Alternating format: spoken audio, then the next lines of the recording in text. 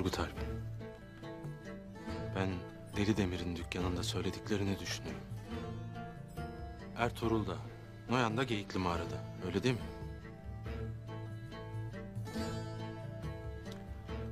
Bak Turgut Alp. Kardeşim. Şu işin aslını astarını bana bir anlatasın. Anlat ki Ertuğrul başka bir delilik yapmadan ona mani olayım. Bildiğim tek şey vardır. O da gayrı buralarda kalamam beyim. Senin gibi bir yiğidi ancak beyi bükebilir. De hele Ertuğrul'un niyeti nedir?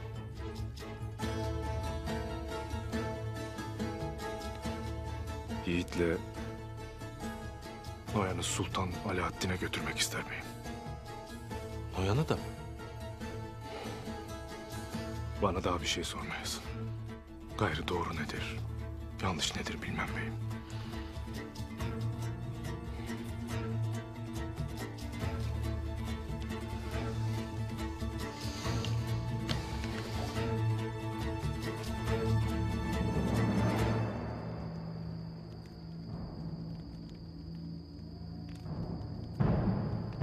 Sultan Alaaddin'in sadık alpı Ertuğrul.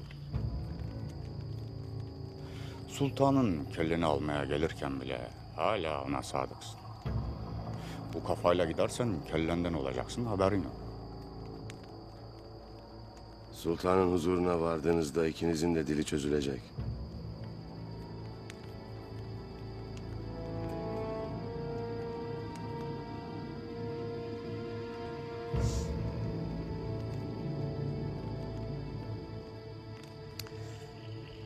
Doğru söylersin Ertuğrul. Ölüm korkusu insana her şeyi yaptırır. Boğazını kesmeden önce Gökçe Hatun'un da dili çözülmüştü. Turgut Alp'ın hatunu cayır cayır yanmadan önce o da öyleydi. Onun da dili çözülmüştü. Yapmayın, yüklüyüm diye yalvarırdı. Lakin ben onlara benzemem Ertuğrul.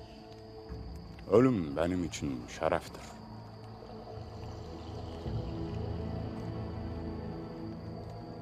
Ne oldu Ertuğrul?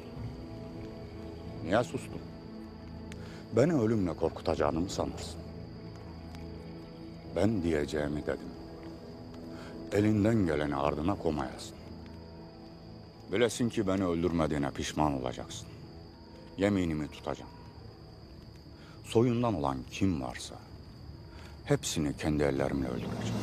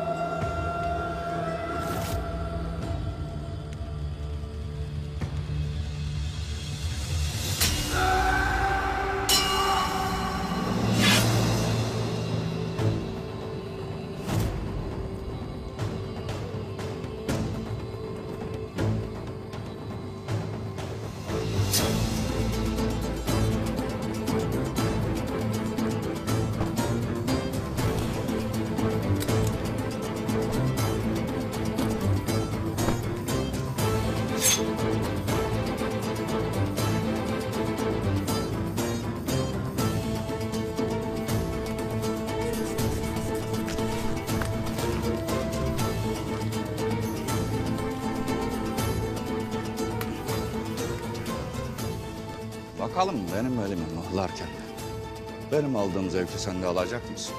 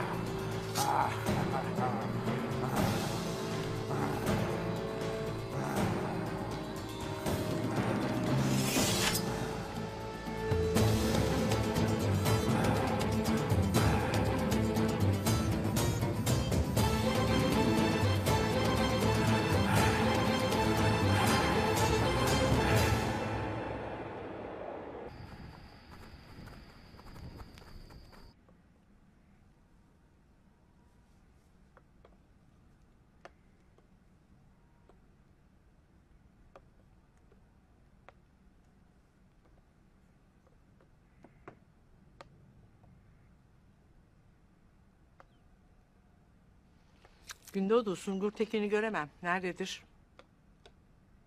Emir Saadettin Kervansaray'a çağırdı ana. Emir